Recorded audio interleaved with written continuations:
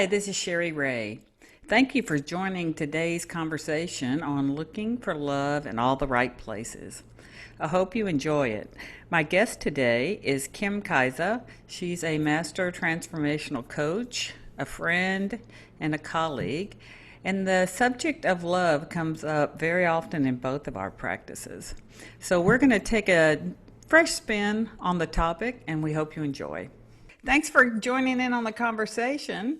My guest, cohort, colleague, good pal, Kim Kaase, is joining the call today. She's a master transformational coach. And Kim, you want to say something about you just as you get going?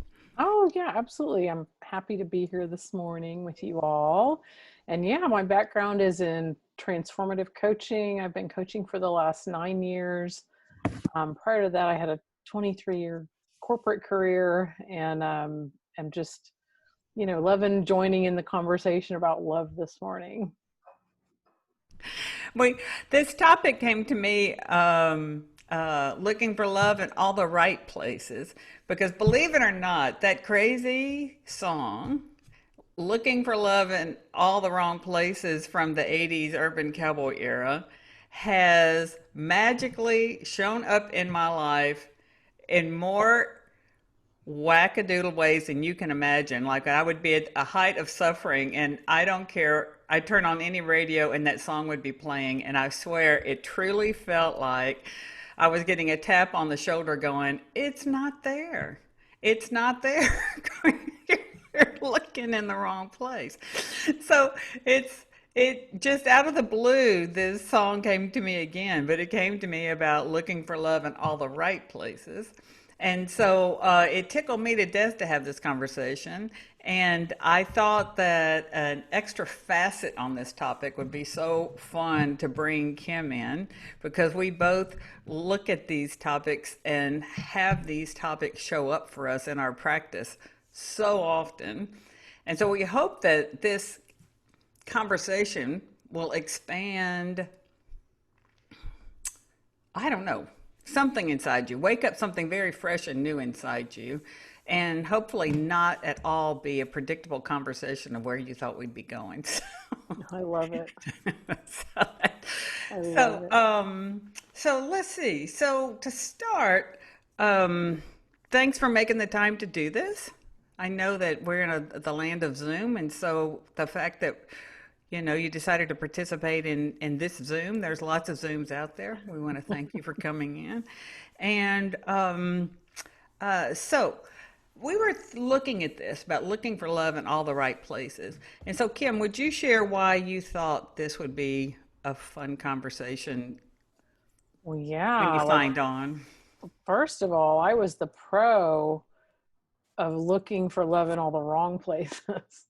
Like, I mean, honestly, that was, so much of my life. Like love and relationship was like high up on my priority list, but I always, unbeknownst to me, was looking for love in the wrong places. The reason, the song, it's funny, that song, like it's so on par for most of our experience. Like I think it's why it really resonates for people because like they see something about the truth of it, but we tend to look in the wrong places. But that was it. It's just like, wow, I looked in the wrong places for love for probably 52 years.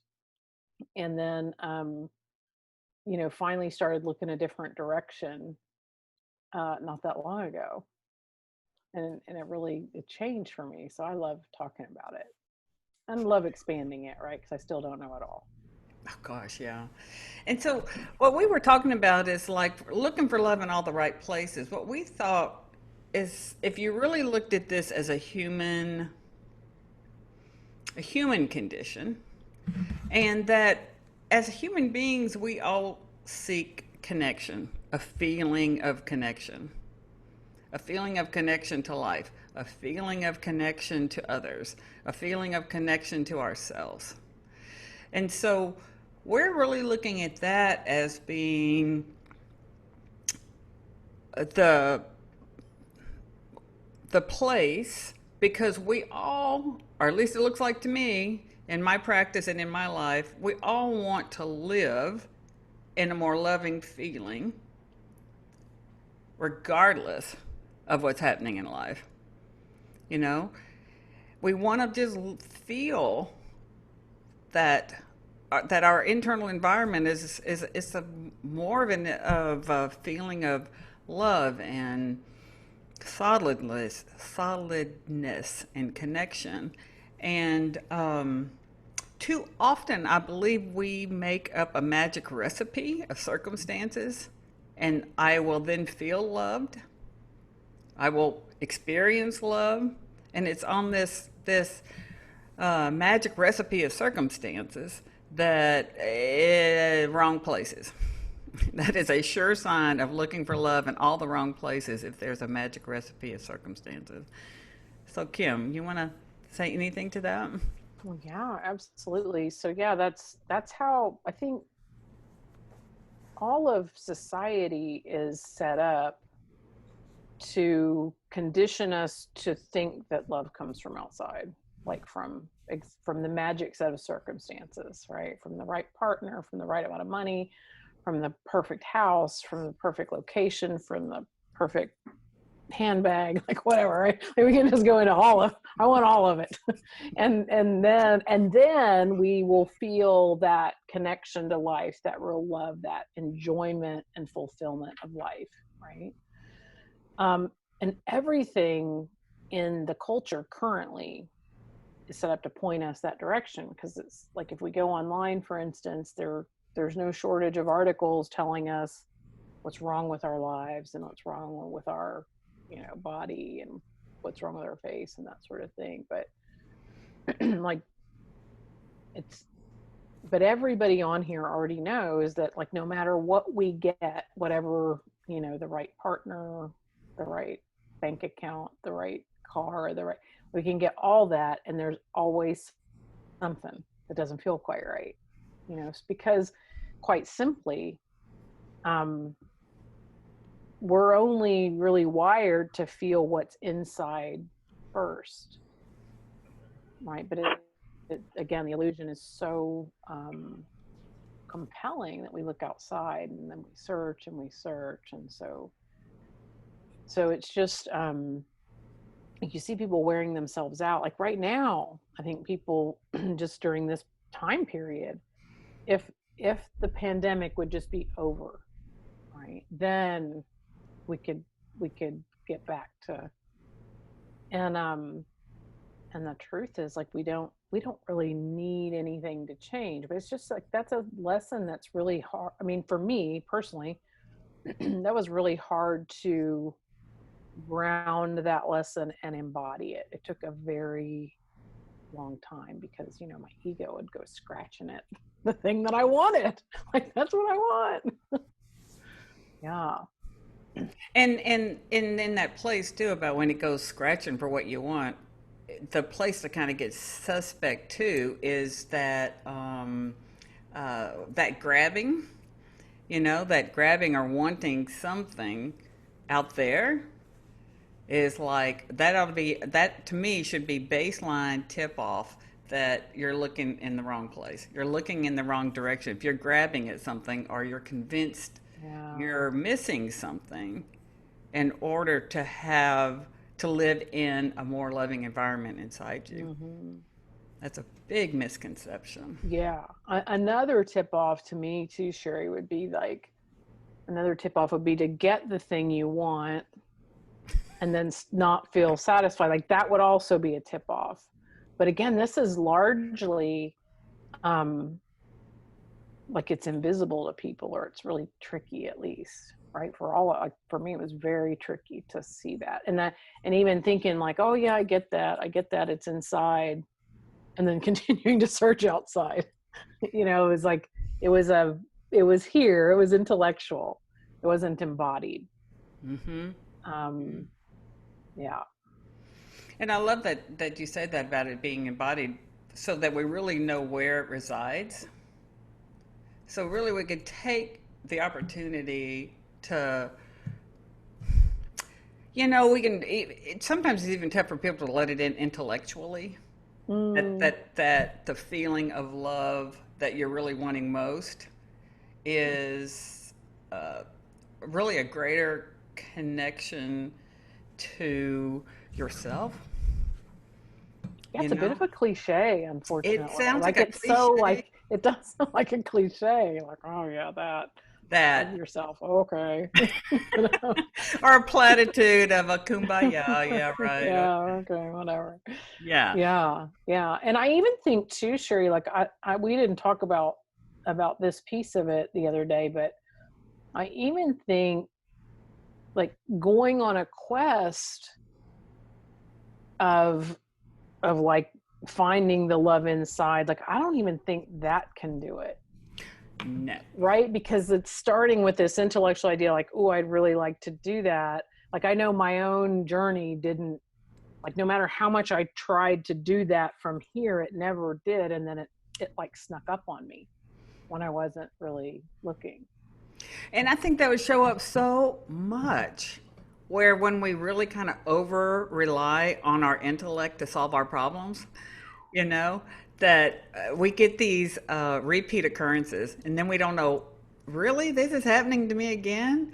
It's like, well, why does that happen? It's like, well, you kind of enlisted the same team Mm-hmm. to find a solution for the problem it created. So you you are again looking in the same direction, so to speak, because as human beings, our default baseline setting, without trying, is love. And I think it's a small word for a big uh, a big reality, I guess. This consciousness that animates our body and that place that we live in, where there even is, this kind of sounds all woo woo, but even that where there's a meanness and a all you guysness, there's this consciousness that's in our body that it's but for all the notions of separation, our baseline is love and harmony. So, and typically we go into action to get it, or we go into action to have the experience of it, when in reality, that action takes us in the opposite direction because it's taking us away from ourselves. Right. Right. Exactly. Like that's, yeah, which is why trying to get to that place of self-love or oneness or whatever, like it can't deliver it. Like is like this might be a good time to just sort of tell my own story about how I kind of stumbled upon it for myself, like where it was just different. So I am this has been over a year ago. I looked at my calendar one morning. My son had gone to school, and I realized when I dropped him off, like, oh, wait a minute. When he comes home tonight, this is his last night home for like 7 days, which was unusual because it was the school year. You know, he's usually with me most of the time, but he had a school field trip coming up, and then he was going to be with his dad. So I realized, oh my gosh, like I could just drop everything and go somewhere tomorrow. And I knew, for some reason, I just knew I had to go to Big Bend National Park. Like I just knew. I don't know how I knew. I didn't, it just, I knew that's where I needed to be. Right. Um, and so I packed the dog up the next day. And it was really funny that day what happened too. My intellect came in. This is a good part of the story. Like my knowing knew I had to be in at Big Bend, but my intellect came in as like, a single woman out there in Big Bend, like, no, why don't you go to Pedernales instead? Or that's closer to like all that, right? And I was like, no, like I know I'm supposed to be in Big Bend. I don't know why. So we're going last minute. I'm going last minute with my dog.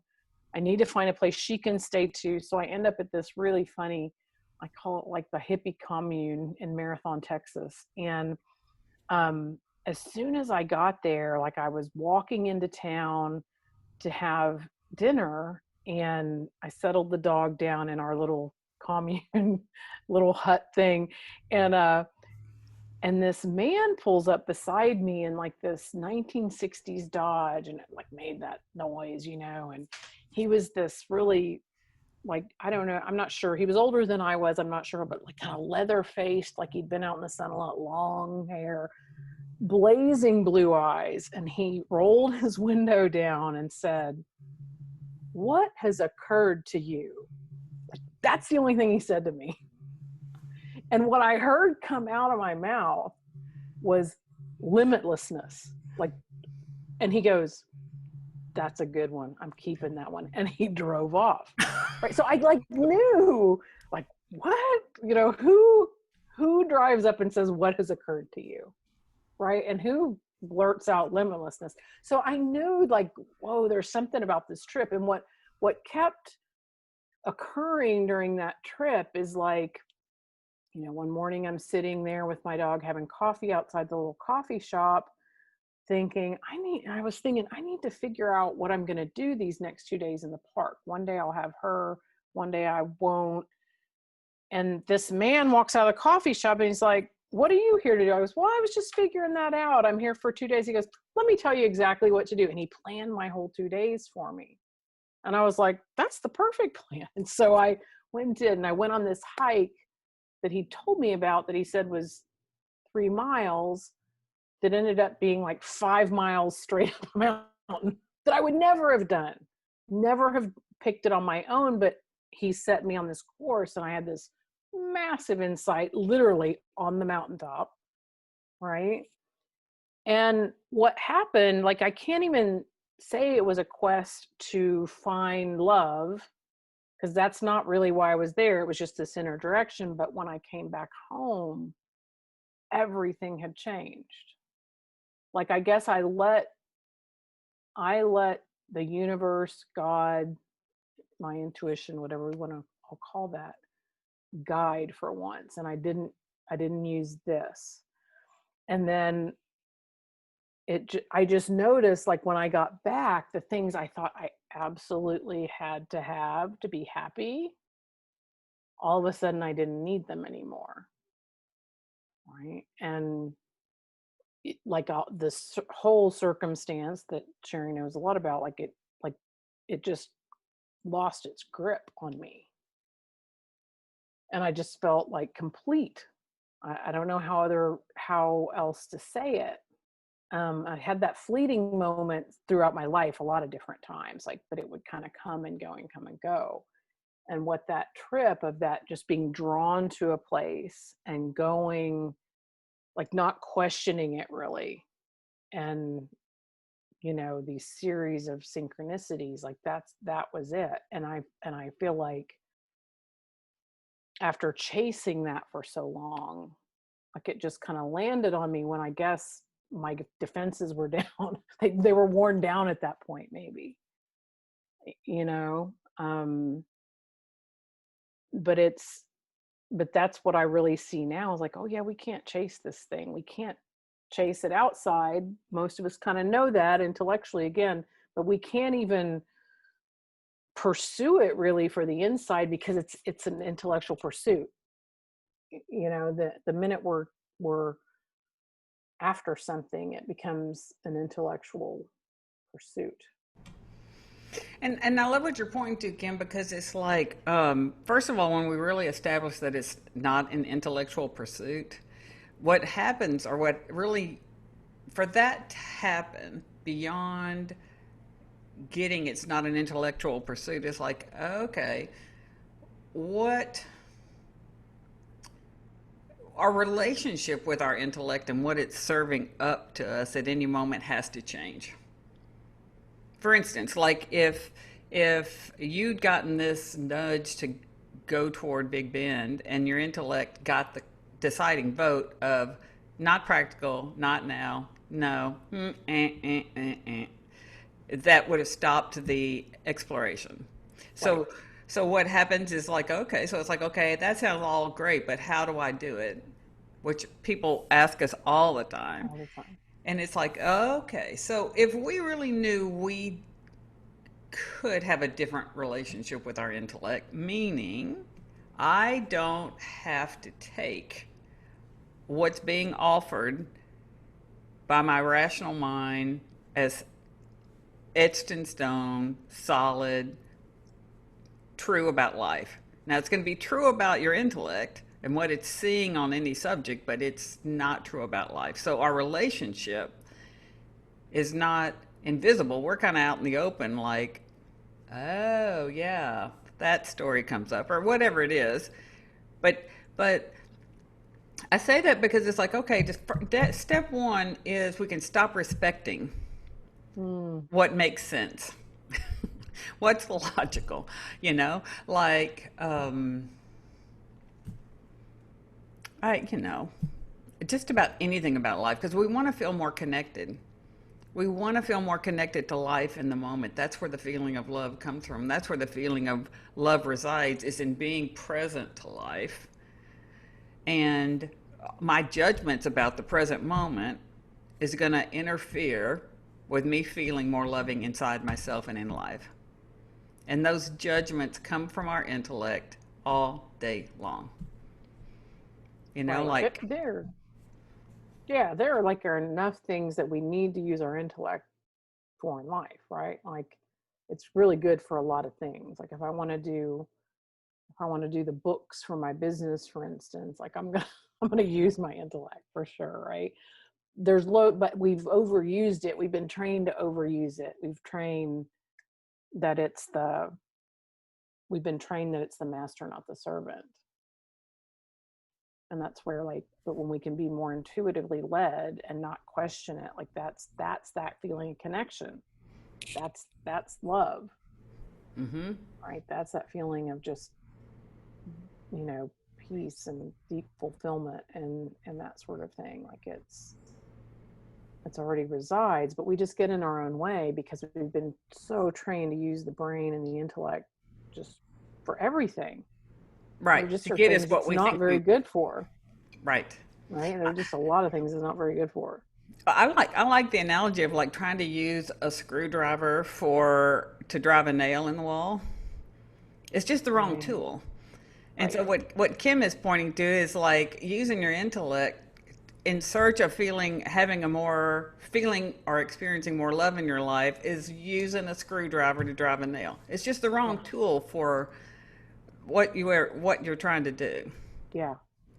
Right. And that's what I kept when I wanted love in my life. That's what I used. I used the screwdriver when really I needed the hammer. That's Mm-hmm. not very good, but y'all get No. what I mean. Yeah. But yeah, and yeah, so it's just fascinating that we've like when I work with clients. So mostly what I'm working with clients on now is marketing and sales and transforming their lives through marketing and sales, right? Like that doesn't seem like a very transformative topic, but it really is. But people have, like when they get to a point where they want any kind of help, probably you feel this too, Sherry, like it's because they've just tried to think their way to a solution to that piece, to that, falling in love with their business or their partner or whatever, and it's the wrong tool for the job. Well, and when we feel, when we're not experiencing love or really have a baseline of sitting in truth and love, we don't feel as solid in the world. And then when we don't feel as solid in the world, we feel insecure. And then we think harder. Yep. So And it then when goes. we think harder, it just gets, the spin gets bigger. And we get, Yeah. again, we're moving away from what already exists inside of us by thinking harder. And when we think harder, we suffer more. Right. Yeah, like it's almost human habit to, like, if we're a truck on a muddy road and we get stuck and the wheels are spinning, we've been taught really to press the accelerator, which only makes the hole bigger, right? Rather than just stop, let the mud dry out a bit and then go. Like we've just been taught the wrong way. So much I think of what we do as coaches is this sort of retraining, like point in the right direction and then train yourself to um, do something different. Mm-hmm. Mm-hmm. Or to align what really will bear fruit in your life. And we typically are pointing in a direction where we innocently we're oriented to what will not bear fruit in our life. We'll basically repeat patterns and habits with all Yeah. well-meaning. And we again, that's an example of enlisting my thinking and thinking harder. But I love that example of like if somebody screams Korean at me, I'm not gonna understand it anymore if they yell. So though thinking harder in the direction of a problem is still I'm oriented in the wrong direction. Yeah. Yeah, that's it. And so it's the same of like trying to get more connection and love in your life, like eh, orienting yourself towards trying to get that, like coming, it makes it really tough to It get in that does. It way. does. And Yeah. so we want to take some questions, but the other thing I just wanted to point to was it's all great to have conversations on concepts and ideas, and this is really available. But if there was something about wanting to feel more loving or feel having your world feel more loving inside and out, a couple of things came to mind just to play with. And the first one would be to really just allow yourself to let judgments come and let judgments go without seeing them as something to respect and consider. And that tends to open space inside you versus adding more clutter, especially around people. People are topics we have a lot of judgments on, relatives, expectations, potential love interests, your employer, you're this, you're that. So it's like if you can really start almost like a meditation about not respecting the judgments that are coming on the scene as you move through life. Okay? Because if you really see that letting those judgments come and go and there's space created, you know what's going to fill that space? Love. It won't be contaminated with all this judgment. It won't be like toxicity coming into a beautifully clear and perfect space. But once we start to believe our judgments, the space is contaminated. It's not free to be what it is naturally, and that's more loving and accepting. So I'd say judgments. And then the second part is somehow we, as human beings, all have idiosyncrasies, morning people, night people, vegetarian people, meat eating people. We have these idiosyncrasies and we tend to let those become reasons to disconnect versus connect. So it's like, wait a minute, everybody's got idiosyncrasies. So what? But we tend to let them be deal breakers versus that just letting your judgment about that particular idiosyncrasy go by. So Kim, you want to talk about what you had noticed about idiosyncrasies and how it could have Oh blocked? yeah. Yeah. So after my trip I got back home and and just was really enjoying my life on my own. It was really lovely. And but it's really funny, like the moment the need of wanting a person in my life dropped away, um, my now fiance walked into my life, right? But the funny thing is when he first showed up in my life, like we had a little coffee date, which was really fun. And but I didn't really know him or know any people who knew him. Like he was kind of like not somebody in my circle. And so I just noticed as I met him, like, well, like, I mean, just being honest here between us ladies, he did like he didn't dress the way I would prefer, right? Okay. Um, and but like I noticed as we talked, like I had a real connection to him, but like I had that thing up here judging, right? Like that idiosyncrasy of, yeah, I'm not crazy quite about that. Um, and well, maybe he carries a little more weight than what I like, like that kind of chatter. But I was having a really nice conversation with him. Like I could, we just had moments where we really connected, and so like it was a conscious choice for me to go, you know what? I hear that chatter, but I think I'm going to back burner that for now. Like, I think that's like, who knows about that? I think I'm much more curious of just getting to know him, like those are two examples of the idiosyncrasies. And so I really consciously, where I think before, earlier in my life, I would have let those run the show. Like, I don't want that. I would have really just kind of, but the more I got to know him, like, he just had a lot of qualities that I really respected. And he was very creative because he's a chef and a deep thinker, which I love.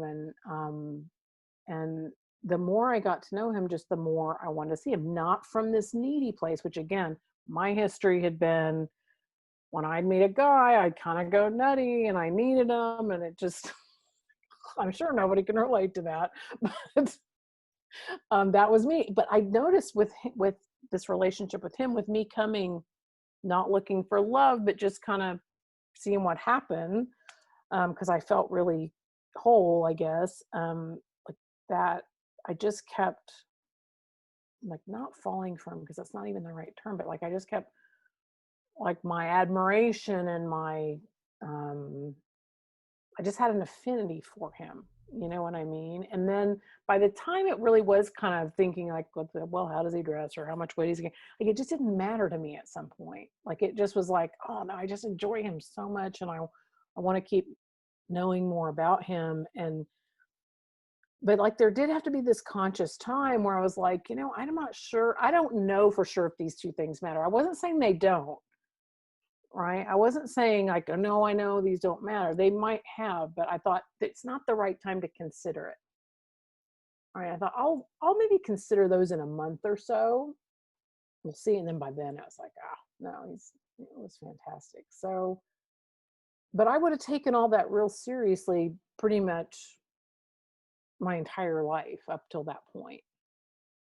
Right. I I would love have what given you're that a saying. lot of respect.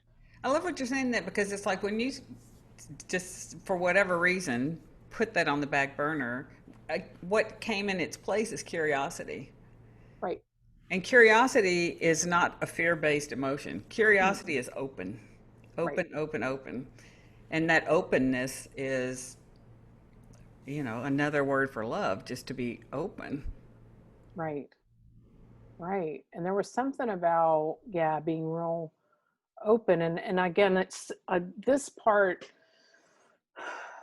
again, in my past with love relationship, they'd always been kind of difficult for me. And again, I kind of knew I was in love by like that feeling compelled and meeting someone, right? So this was a really different feeling. Um, and what just kept coming to me is like I would, and I'm a pretty calm person already, but like being with him, like really, like it almost calmed my soul, you know? But it's, again, I wasn't needing anything from him. Like, and even today, we both say this, and interestingly, he'd been through a very similar journey up till right before we met as well. Looking for it outside, looking, and not finding it, and having an epiphany, and that sort of thing. But even now we say like, oh, we love being together, but we know we don't need it. Like if he would, for some reason, if one of us was to walk out on the other, we know we'd be totally fine. Don't want that to happen, of course, but like we just know like it's not a um yeah. So that day that I backburnered those those idiosyncrasies, again, that was not from an intellectual place. That's not something I typically did. I would have more likely tried to talk myself into, oh no, this is all fine. And I'm like, no, I don't know whether it is or it isn't. I just know it's not time to think about that. Let's put that one back here to simmer while we see what happens. And so Kim and I also wanted to bring this up that this, if you can suspend judgment on idiosyncrasies, every aspect of your life will open. We are talking about opportunities for your business, opportunities for more meaningful connections with relatives, for more meaningful connection with friends, more meaningful connections to yourself. And it will I'll say fund, F-U-N-D, your life in in in ways you can't see, you know, to where you get this fresh experience of all of those things that you've held judgment on. If you don't respect those judgments, you're going to have a fresh experience of all of it. So true. Such a good way to say it. Like it's, we just don't have to, believe everything that our intellect is trying to convince us of. And that includes the judgments you hold about yourself. Oh, yeah. You know, oh, I'm not someone who dot dot dot. It's like you got to know that's all. No, no, don't let. Yeah. And you're right, Sherry. Like there's not an area of life that doesn't get refreshed Mm-hmm. by us kind of seeing through judgment and that sort of thing, for sure. And the misunderstanding that need is required. That need they need to be a certain way. I don't. Your job Yeah. needs to be a certain way. Your Mm. home needs to be a certain way. That would all go underneath that magic recipe of circumstances that you can wake up to. That's a total misunderstanding. That any of that has bearing on your ability to be, gosh, to love your life and love yourself in the life you have as it is today. Not next Yeah. week, not after COVID, not after this, not after that, but as it is in whatever circumstances you're in. Yeah. No, it's, again, like I think the media is so good at showing us how things need to be, right? Like things need to be this way for you to be happy, but that's just not true. Like we don't, there's no one way life needs to be for any of us to just feel all the love in the world right now. So we'd love to open the floor if anybody has any questions or comments. I'd love for you just to bring it up. Marcia, if you don't, you can unmute. Hey, hey guys. What a great topic. I wouldn't have joined this seeing what the topic was, but I just had an experience where I got this massive crush on someone that was new at work. So I just spent 6 weeks every day being with this person. Just and I do Byron Katie stuff every day, and I've been doing her daily work every day. So I've been trying to stay really, really sane with it and not go off into addiction, like the mental obsession. This person's not available. They're in a partnership with someone else. I don't know anything about that. We didn't talk about it. I just let myself really, really enjoy this crush I was having. But I think he was having it too. He would text me from home saying how wonderful it was. So anyway, job ended, haven't heard from him in a week, kind of going through the withdrawal, but also realizing that I had put my put my eggs in this basket of receiving from him. And then when I decided I would go on a road trip, and West Texas is where I usually go, and that kind of stuff always happens to me there too. And but now I'm like in all this doubt. Maybe I need to stick around, not travel because of COVID. I was going to drive to Oregon, which is where I lived before here. I don't know. So there's a lot going on, but I'm doubting myself.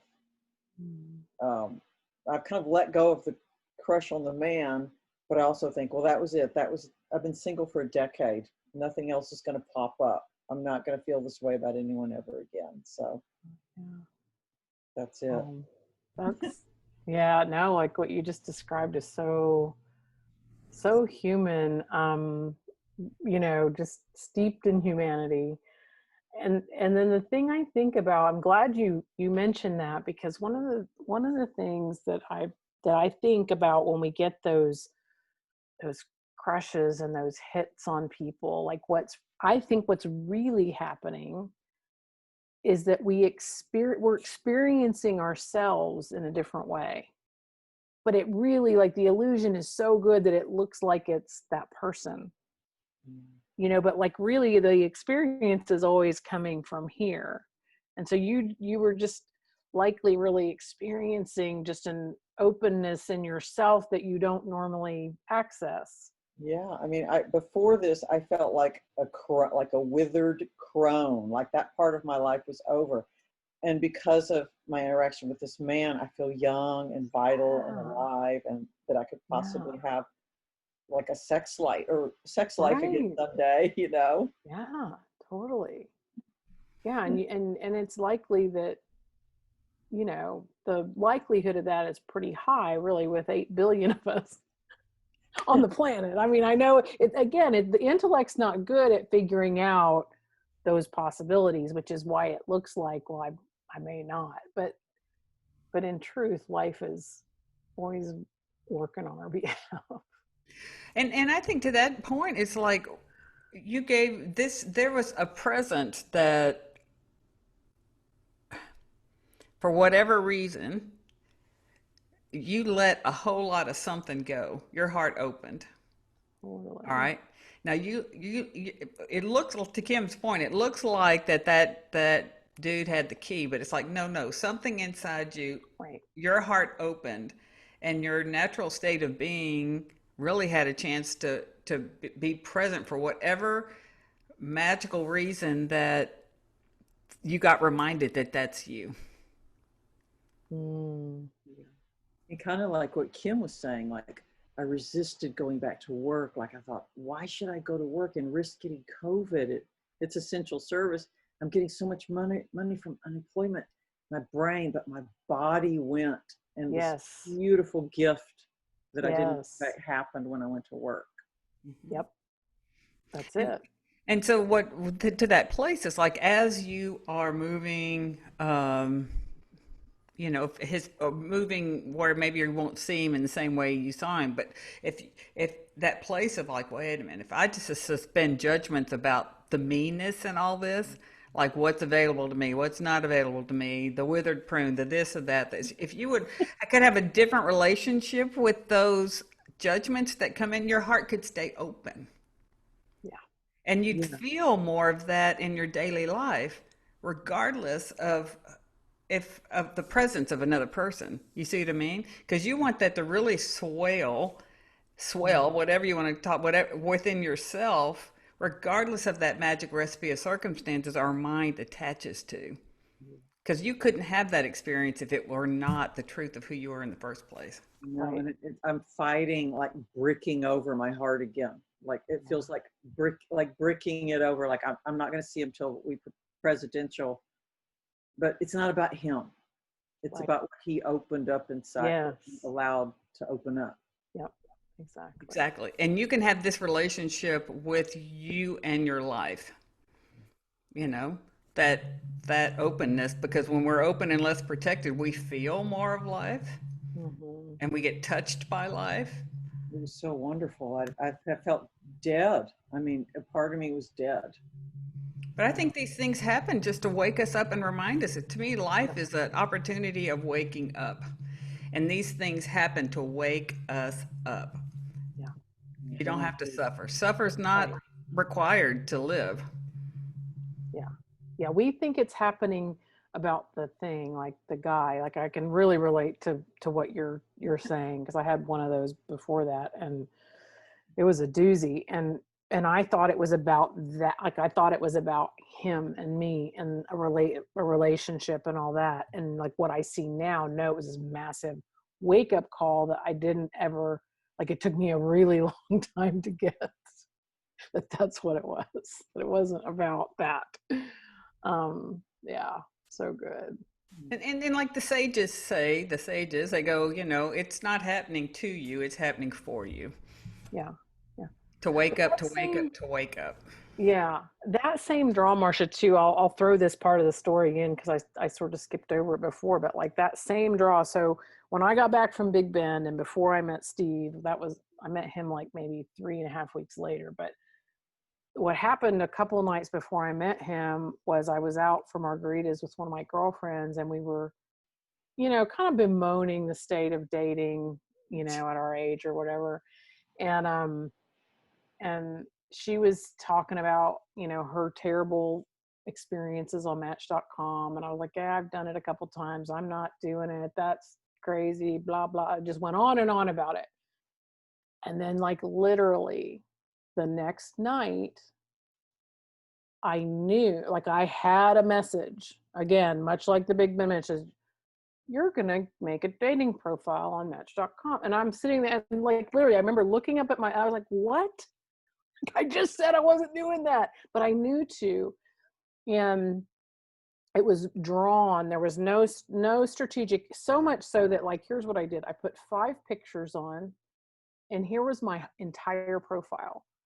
I'm a lover of life, and I find people fascinating. Like, that's how, like, I was not going to write anything about myself. I was going to obey what I'm hearing, but I wasn't going to go overboard. And then, like, 15 minutes later, that's when Steve messaged me. And then we were at coffee 2 days later. And then he'd had a similar thing because he'd been on Match.com 6 months.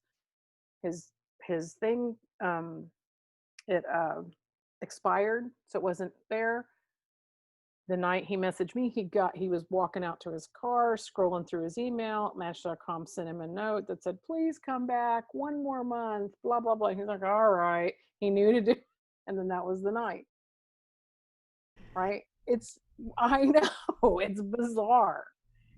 But it's that draw. The point is not Match.com. It's No. the point is that draw that you felt, that you knew, right, to go and do your work, that I knew to go on Match.com or go to Big Ben. Like, we want more of that, because that's what's connecting us to this love and connection that we so crave. And again, that's the place of respecting the judgments that come to your mind about any event less. Because I remember Kim was like, yeah, I'm going to go on this coffee date, but I don't even feel like getting dressed for it, No, she's like, I guess I'll go. What's a half hour? I was like, okay. I was like, okay, great. Let me know, And then she wasn't even going to go. And it's like, well, what the heck? I'm not getting dolled up though. Like, I'm not doing my makeup all blah, blah, blah, like I had this whole, but life had other plans for me, But it's Yeah. opening to life. It's not It even about is. opening up to a partnership. It's It opening is. up to life because there is a richer experience for you in life, always. Always. Yeah. We separate ourselves from a richer experience of life by respecting all of these judgments that present problems. I don't know about y'all's mind, but my mind always wants to present differences as problems Oh yeah. and a reason to break connection. That's a reason to break connection. That's a reason to walk away. They're Yeah. impossible, whatever it is. Yeah, And that's really prevalent right we now. feel parched and a drought of love in our life because we just keep it's not the way I want it. Right. And you don't want that. I don't know. I don't want to live in that feeling because it's not because how much love comes my way. What I noticed recently is like it doesn't have anything to do with how much love is coming my way. What I really notice is that it I love the feeling of loving. Whether it's Mm, reciprocated or not, it just feels good to I love. love that. That's so good. It does, doesn't it? Not to sit in judgment, but to just love. And it's like, oh, I thought I was doing it for them. It's like, no, I'm No, really doing it for me. such a good, It's for me. such a good one. Like, that's so good. Yeah. Yeah, we just get really tricked by that judgment because it looks so right, and especially like Mm. certain judgments look so right. Like, they look like the other person's wrong and I'm right, and then we get righteous, and then that's so hard to see. Yeah, if it has Right. a Like I know that with my mom has been so big. That has been another big one that shifted for me, of like, she does some stuff that I don't like, and that if we agreed, we'd probably take a poll on here and all y'all would agree with me. And then that really kept me in a place with my mom for a long time, that I was just trying to get her to change, and I couldn't be happy with the relationship till she changed. And then it just all opened up for me. I really saw like, oh no, she's got her own experience. I don't need her to change. I can just love her, right? I get to feel the love no matter what she's up to. I can even have a separate relationship with my dad that has nothing to do with her. Like, that's pretty cool too, instead of putting them in a lump and judging both of them, like all that stuff. It's so big, like, but that act of loving is really what we're after. Yeah, so good. Such a good distinction, Jerry. because loving is your natural state of being. That's why it feels so good. Yep. You're not cutting yourself off from your natural state of being. Yeah. Yeah. So good. So good. Anybody else have any questions or anything you'd like to ask or share? Linda.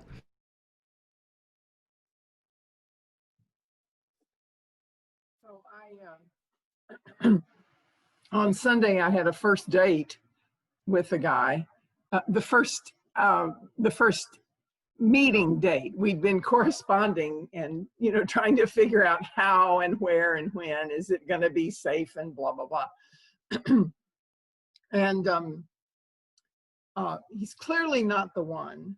I kind of knew that already, and but it's like, hey, it's practice. Just go for it. It's practice. And it turned out I felt misled about some of the things that for me were kind of deal breakers, and they, he made light of them in the previous conversations, and then when we were talking in person, he's like, and I'm like, what? Are you kidding me? There's no way I'm going to be with somebody who smokes every day and is a gambler to the level that he's comped at every hotel he goes to. So I'm like, nope, that's not who I want to be with. And what I got after I got back home was, I want all of this stuff to stop meaning anything. I want the conversations that we're having now, but more online and telephone and whatever, because it's harder to get together in person. I don't want any of that to mean anything. I don't want a date to mean anything. I don't want looking on the websites, because I'm on several dating websites. I don't want looking at my matches to mean anything. I don't want to get caught up in either being like, oh goody, I found a nice looking guy and he's got a good profile. I don't want that to mean anything. I don't want it to mean anything that there's nobody that looks even halfway desirable, blah, blah, blah. I just want to let go of it meaning anything.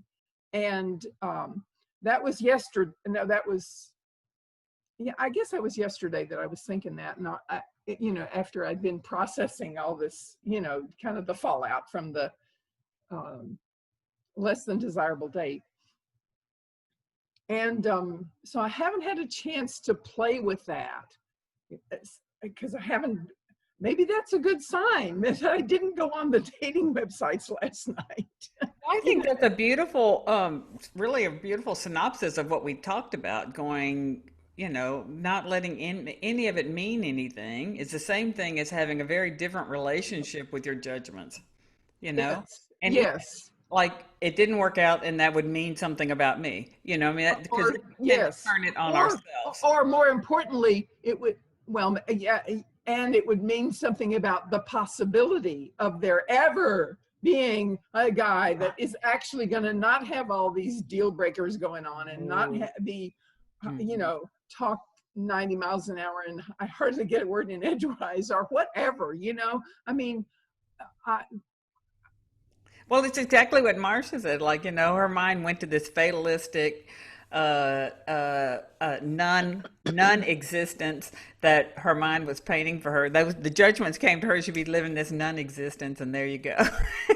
There you have it. yeah, It's like, no, that's the relationship you want to shift with those. yes, yes. Yeah. But just to let myself, I think it's a good step to just let myself be peaceful with and relaxed For sure. about and not feeling desperate.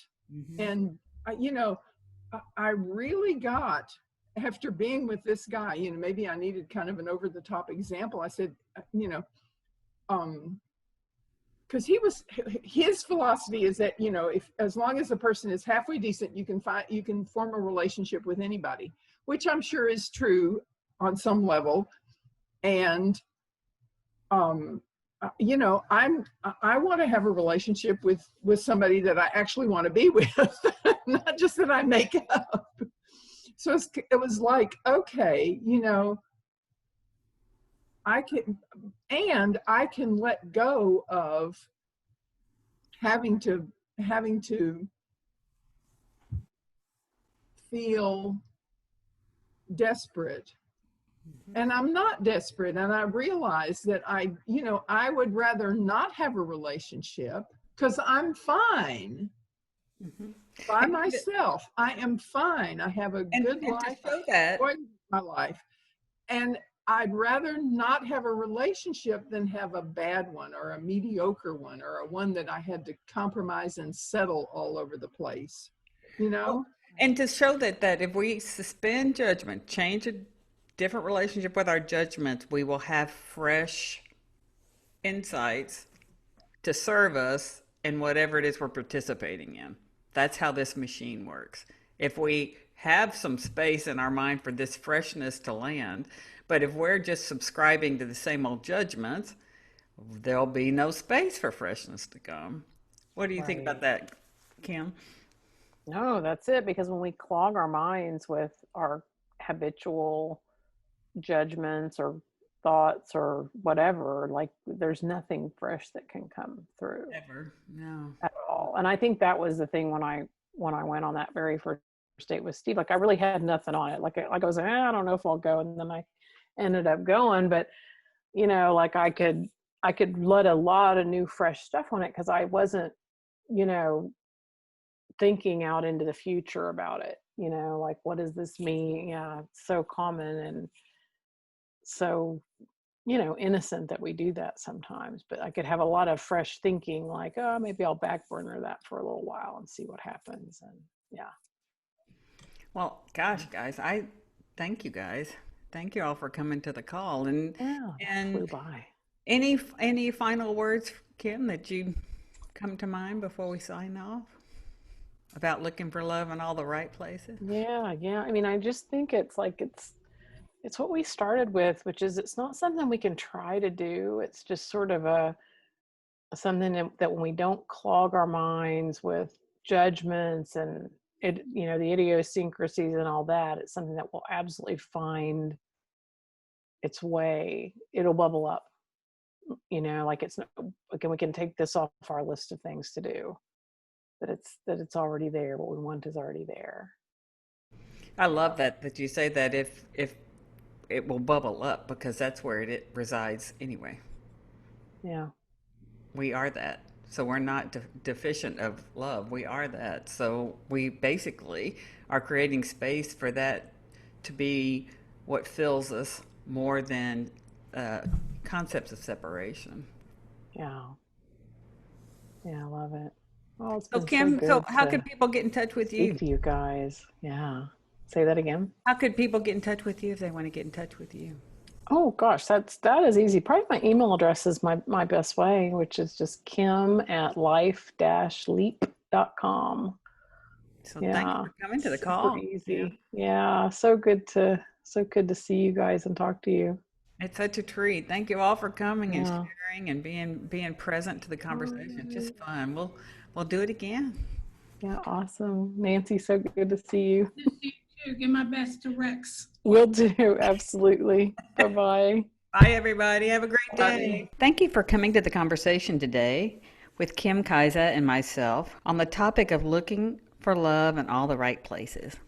We hope that the conversation brought you fresh information and expanded any ideas about really having the opportunity to live in a more loving environment within yourself. We hope you found this helpful, and I hope you'll join us on our next conversation.